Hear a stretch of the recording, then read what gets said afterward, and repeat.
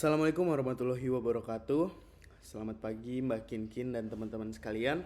Perkenalkan, sebelumnya nama saya Dimas Basyaragil.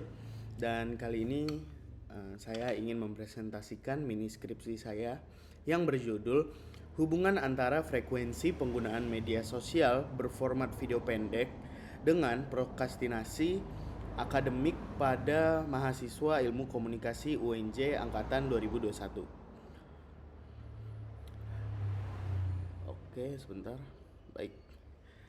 Selanjutnya, ini ada daftar isi yang mana menjelaskan apa saja yang akan saya bahas nantinya.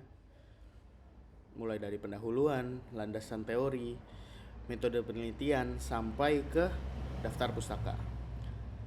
Baik, kita mulai saja dari bab 1. Bab pertama, pendahuluan, yang dimulai dari latar belakang. Di era digital yang serba cepat ini, pendidikan tinggi berfungsi sebagai landasan bagi mahasiswa untuk mempersiapkan diri menghadapi tantangan di dunia kerja dan bersaing dalam lingkup global. Salah satu indikator keberhasilan akademik adalah sejauh mana mahasiswa dapat menyelesaikan tugas-tugas akademik mereka dengan baik. Dikutip dari Ahmad et al. Tahun 2017. Tugas akademik ini dirancang untuk melatih mahasiswa dalam berpikir kritis, menganalisis, dan mengeksplorasi ide-ide baru. Namun, memasuki era informasi dan teknologi, keberadaan media sosial semakin merajalela dan menjadi bagian dari kehidupan sehari-hari, khususnya bagi generasi muda. Media sosial seperti TikTok dan Instagram Reels yang menjanjikan video-video pendek telah menjadi fenomena tersendiri. Meskipun media sosial berpotensi sebagai alat komunikasi dan informasi, penggunaannya yang berlebihan telah ditemukan memiliki dampak negatif, termasuk menimbulkan prokrastinasi akademik. Dikutip dari Anie Robi et al. Tahun 2021, Owi Maima et al. 2020. Mahasiswa seringkali terjebak dalam penggunaan media sosial secara berlebihan, hingga mengganggu fokus akademik mereka. Hal ini berpotensi menimbulkan prokrastinasi, yaitu perilaku menunda-nunda yang bisa menghambat keberhasilan akademik. Prokrastinasi ini tidak hanya mempengaruhi kualitas tugas akademik, tetapi juga bisa berdampak pada kesejahteraan psikologis mahasiswa. Konteks ini sangat relevan untuk dipelajari, terutama di kalangan mahasiswa ilmu komunikasi Universitas Negeri Jakarta angkatan 2021. Yang juga merupakan bagian dari generasi digital. Maka dari itu, penelitian ini akan mengkaji hubungan antara frekuensi penggunaan media sosial berformat video pendek dengan tingkat prokrastinasi akademik di kalangan tersebut. Selanjutnya ada perumusan masalah. Ada 2 pertanyaan. Apakah ada hubungan antara frekuensi penggunaan media sosial berformat video pendek dengan tingkat prokrastinasi akademik pada mahasiswa ilmu komunikasi UNJ angkatan 2021? Dan yang kedua, sejauh mana pengaruh media sosial berformat video pendek terhadap fokus akademik mahasiswa? Selanjutnya kita maju ke tujuan penelitian. Tujuan dari penelitian ini adalah untuk mengetahui hubungan antara frekuensi penggunaan media sosial berformat video pendek dengan prokrastinasi akademik pada mahasiswa ilmu komunikasi UNJ angkatan 2021. Dan manfaat penelitian ini, yang pertama ada manfaat akademik. Hasil dari penelitian ini diharapkan dapat menjadi referensi untuk penelitian-penelitian selanjutnya yang mengkaji dampak media sosial terhadap performa akademik. Dan yang kedua ada manfaat praktis, yaitu temuan dari penelitian ini dapat digunakan oleh pihak universitas dan para pendidik untuk merancang intervensi yang efektif dalam membantu mahasiswa mengelola waktu mereka dengan lebih baik, khususnya dalam konteks penggunaan media sosial. Baik, selanjutnya kita lanjut ke bagian bab kedua, yaitu landasan teori. Lalu konsep. Dalam penelitian ini, 2 konsep utama akan menjadi pusat perhatian, yaitu penggunaan media sosial berformat video pendek dan prokrastinasi akademik. Kedua konsep ini saling berkaitan dan akan diteliti dalam konteks mahasiswa ilmu komunikasi Universitas Negeri Jakarta atau UNJ angkatan 2021. Selanjutnya ada penggunaan media sosial berformat video pendek. Media sosial berformat video pendek seperti TikTok dan Instagram Reels merupakan platform yang memungkinkan pengguna untuk menciptakan dan berbagi video singkat yang seringkali menghibur atau informatif. Fitur-fitur ini memanfaatkan keterlibatan visual dan audio untuk menarik perhatian pengguna dan seringkali merancang algoritma yang memaksimalkan keterlibatan pengguna. Mengingat sifat adiktif dari platform ini, penelitian ini akan memfokuskan pada frekuensi penggunaan media ini di kalangan mahasiswa. Selanjutnya, prokrastinasi akademik. Prokrastinasi akademik merujuk pada kecenderungan untuk menunda atau menghindari tugas-tugas akademik. Ini adalah sebuah fenomena yang telah diteliti dalam psikologi pendidikan dan dianggap beranggap negatif terhadap prestasi akademik. Prokrastinasi seringkali dipicu oleh sejumlah faktor, namun tidak terbatas pada kecemasan, ketidakpastian, atau distraksi seperti media sosial. Selanjutnya ada pendekatan teoritis yaitu distraction theory. Teori gangguan atau distraction theory akan digunakan sebagai pendekatan teoretis dalam penelitian ini. Secara umum, teori ini digunakan dalam psikologi sosial untuk menjelaskan bagaimana konflik perhatian bisa menjadi kunci pemahaman efek gangguan terhadap kinerja. Ada beberapa teori yang berhubungan dengan gangguan, seperti teori fasilitasi sosial dari Zajong, yang mengusulkan bahwa kehadiran individu lain dapat meningkatkan kegugupan, yang pada gilirannya memfasilitasi tugas yang telah dipelajari dengan baik tetapi menghambat tugas yang kompleks. Di sisi lain, teori gangguan perhatian mengusulkan bahwa gangguan selama tugas sederhana akan meningkatkan kinerja jika memicu konflik perhatian. Gangguan adalah fenomena yang kompleks yang bisa bersifat internal atau eksternal. Kebiasaan atau mengejutkan, mengganggu atau menyenangkan. Gangguan bisa terbentuk oleh dinamika kekuasaan, di mana seorang bos melihat karyawan yang terganggu atau karyawan melihat bos yang mengendalikan. Di beberapa konteks, gangguan bisa berguna, seperti saat pemula dalam ski belajar lebih baik jika instruktur mereka mengalihkan perhatian mereka dari fakta bahwa mereka sedang meluncur di gunung. Namun, gangguan juga bisa menakutkan karena bisa dilihat sebagai ancaman terhadap nilai yang kita tempatkan pada perhatian. Dunia modern sangat menghargai perhatian dan menuntut kita untuk memperhatikan di sekolah dan di tempat kerja, menghukum orang tua yang tidak memperhatikan, dan mendorong kita untuk berhati-hati terhadap uang, makanan, dan kebugaran. Dengan menggunakan distraction theory sebagai kerangka teoretis, penelitian ini akan menggali lebih dalam bagaimana media sosial berformat video pendek seperti TikTok dan Instagram Reels dapat berfungsi sebagai distraksi yang mempengaruhi prokrastinasi akademik di antara mahasiswa Ilmu Komunikasi UNJ angkatan 2021. Selanjutnya adalah metodologi survei kuantitatif. Metode yang akan digunakan dalam penelitian ini adalah survei kuantitatif melalui Google Form. Pertanyaan akan dirancang dengan pilihan setuju, tidak setuju, sangat setuju, atau sering, tidak sering, jarang, dan lain-lain. Untuk mengukur frekuensi penggunaan media sosial berformat video pendek dan tingkat prokrastinasi akademik. Dengan memahami hubungan antara dua konsep ini, penelitian ini bertujuan untuk memberikan wawasan yang lebih dalam mengenai dinamika penggunaan media sosial dan perilaku prokrastinasi dalam konteks akademik, khususnya di kalangan mahasiswa Ilmu Komunikasi UNJ angkatan 2021. Berikut untuk review literatur mini skripsi saya. Ya, baik. Ini sampai sudah 10. Langsung aja kita move on ke variabel X, penggunaan TikTok. Variabel X dalam penelitian ini adalah penggunaan TikTok. Dalam konteks penelitian ini, penggunaan TikTok diukur berdasarkan frekuensi dan durasi akses, serta jenis konten yang dikonsumsi. Beberapa jurnal dan penelitian telah mengeksplorasi penggunaan media sosial seperti TikTok, menghubungkannya dengan berbagai aspek psikologis dan perilaku. Variabel ini penting karena TikTok telah menjadi salah satu platform media sosial yang paling banyak digunakan, khususnya di kalangan generasi muda.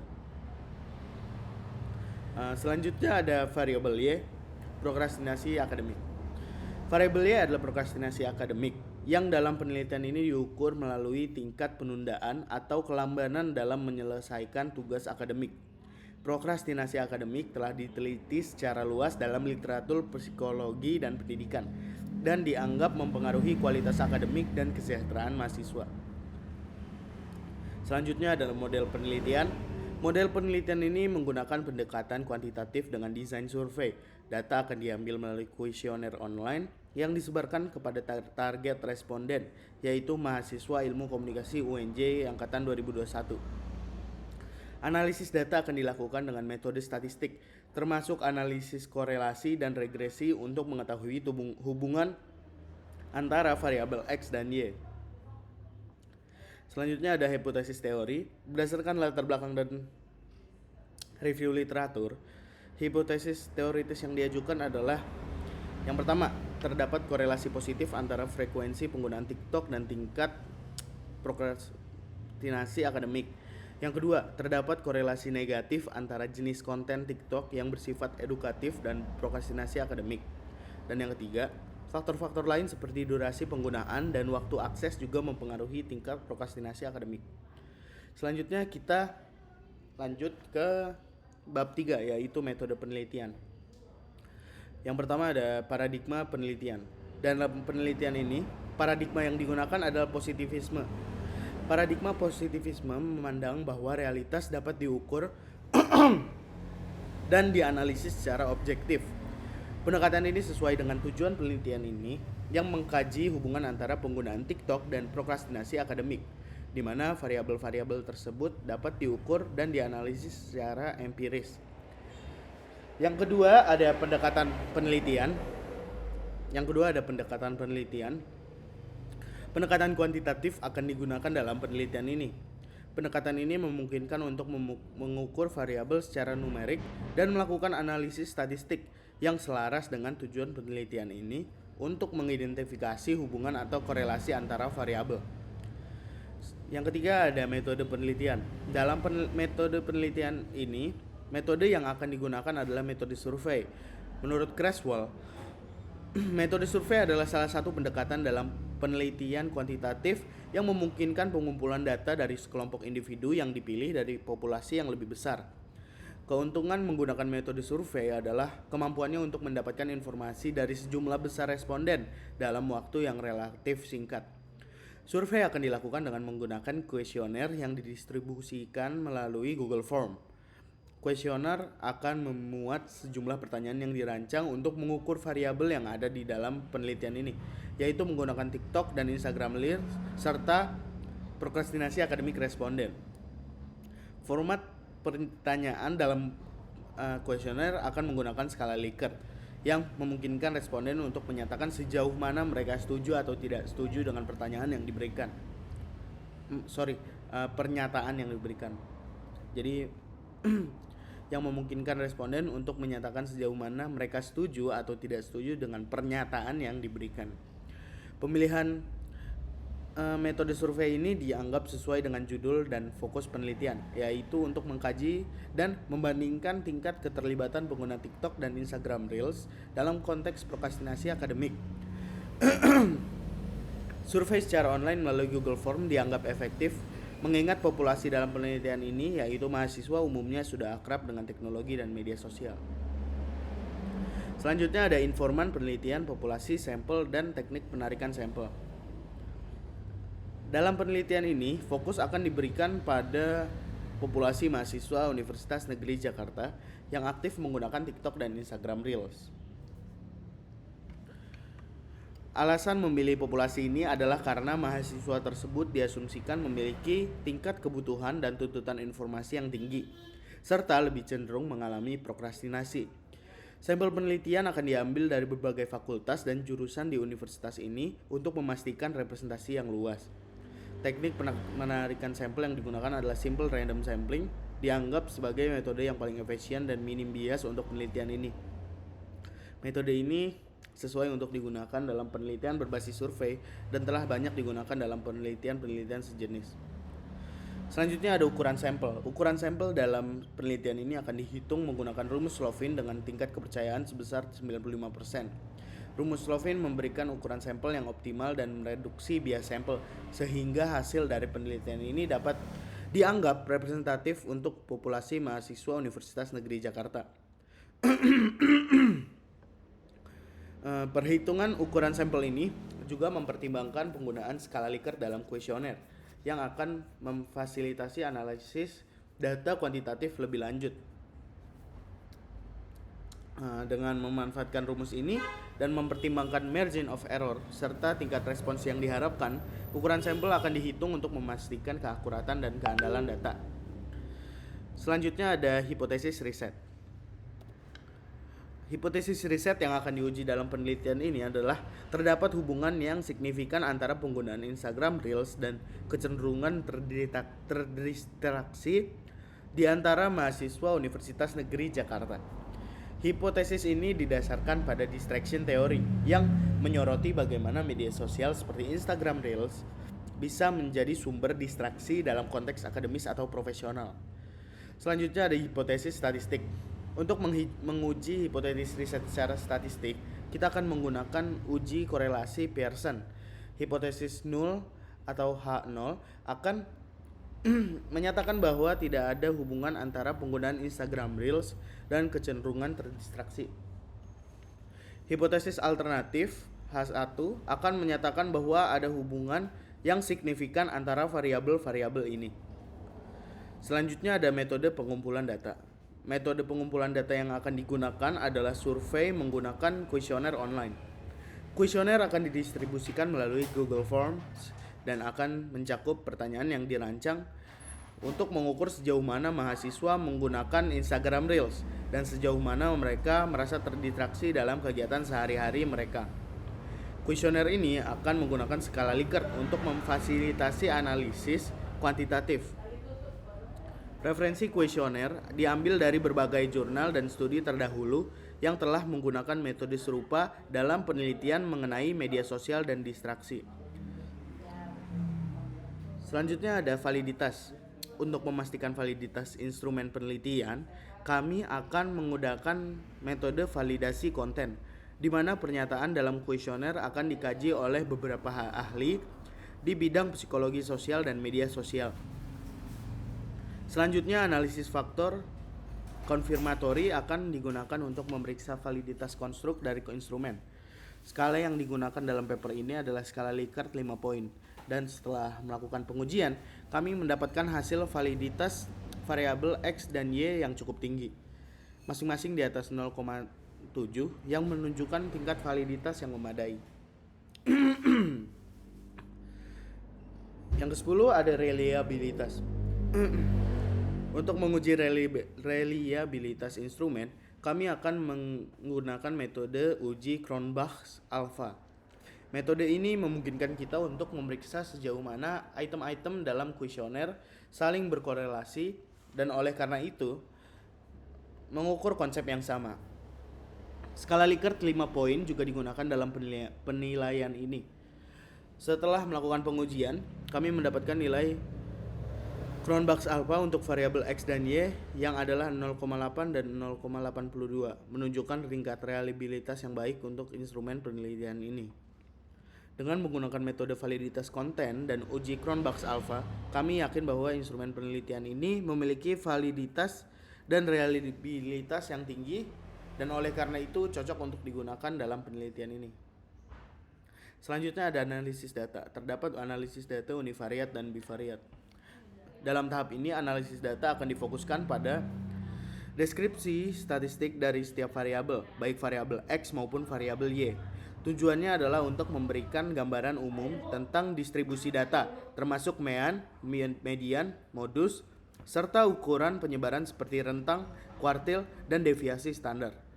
Analisis ini akan dilakukan menggunakan perangkat lunak statistik SPSS untuk memastikan keakuratannya. Analisis univariat ini akan membantu kami memahami karakteristik dasar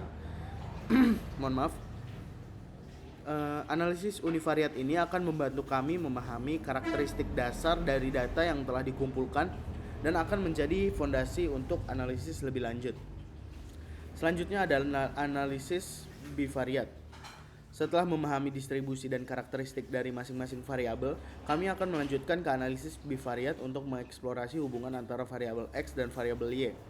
Metode yang akan digunakan dalam analisis bivariat ini adalah korelasi Pearson dan analisis regresi linear sederhana. Korelasi Pearson akan digunakan untuk mengukur kekuatan dan arah dari hubungan linear antara dua variabel. Sedangkan analisis regresi linear sederhana akan digunakan untuk memahami bagaimana variabel X mempengaruhi variabel Y. Semua analisis ini akan dilakukan menggunakan perangkat lunak statistik SPSS. Langsung saja kita move on ke keterbatasan dan kelemahan penelitian. Yang pertama ada keterbatasan penelitian. Penelitian ini memiliki beberapa keterbatasan terkait dengan metode yang digunakan. Pertama, penelitian ini difokuskan pada populasi dari Universitas Negeri Jakarta yang mungkin tidak sepenuhnya mewakili populasi umum. Selain itu, metode survei berbasis kuesioner online memiliki potensi bias respon karena responden mungkin tidak selalu menjawab dengan jujur atau tepat. Terakhir, kelemahan lainnya termasuk keterbatasan dalam analisis data karena penelitian ini hanya memanfaatkan metode analisis statistik dasar seperti korelasi Pearson dan analisis regresi linear sederhana yang tidak dapat menangkap hubungan yang lebih kompleks antar variabel. Selanjutnya ada kelemahan penelitian. Dalam hal teoritis, penelitian ini mengandalkan distraction theory sebagai dasar analisisnya. Meskipun teori ini menawarkan kerangka kerja yang berguna, ada keterbatasan dalam penerapannya pada konteks media sosial yang memiliki dinamika yang lebih kompleks dan variabel lain yang mungkin mempengaruhi hasil. Teori ini juga belum sepenuhnya dieksplorasi dalam konteks yang sama dalam penelitian ini, sehingga interpretasi dan generalisasi dari temuan harus dilakukan dengan hati-hati. Selanjutnya ada definisi operasional. Variabel dalam penelitian ini adalah Instagram Reels sebagai variabel X dan TikTok sebagai variabel Y. Untuk variabel X, dimensi yang diukur adalah tingkat kepuasan, frekuensi penggunaan, dan jenis konten yang dikonsumsi. Untuk variabel Y, dimensi yang diukur adalah tingkat kepuasan, frekuensi penggunaan, dan jenis konten yang dikonsumsi. Indikator yang digunakan untuk mengukur dimensi tersebut adalah skala Likert dari 1 hingga 5, di mana 1 menunjukkan sangat tidak setuju dan 5 menunjukkan sangat setuju. Skala ini digunakan untuk mempermudah proses analisis data dan interpretasi temuan. Selanjutnya adalah ada tabel operasional konsep.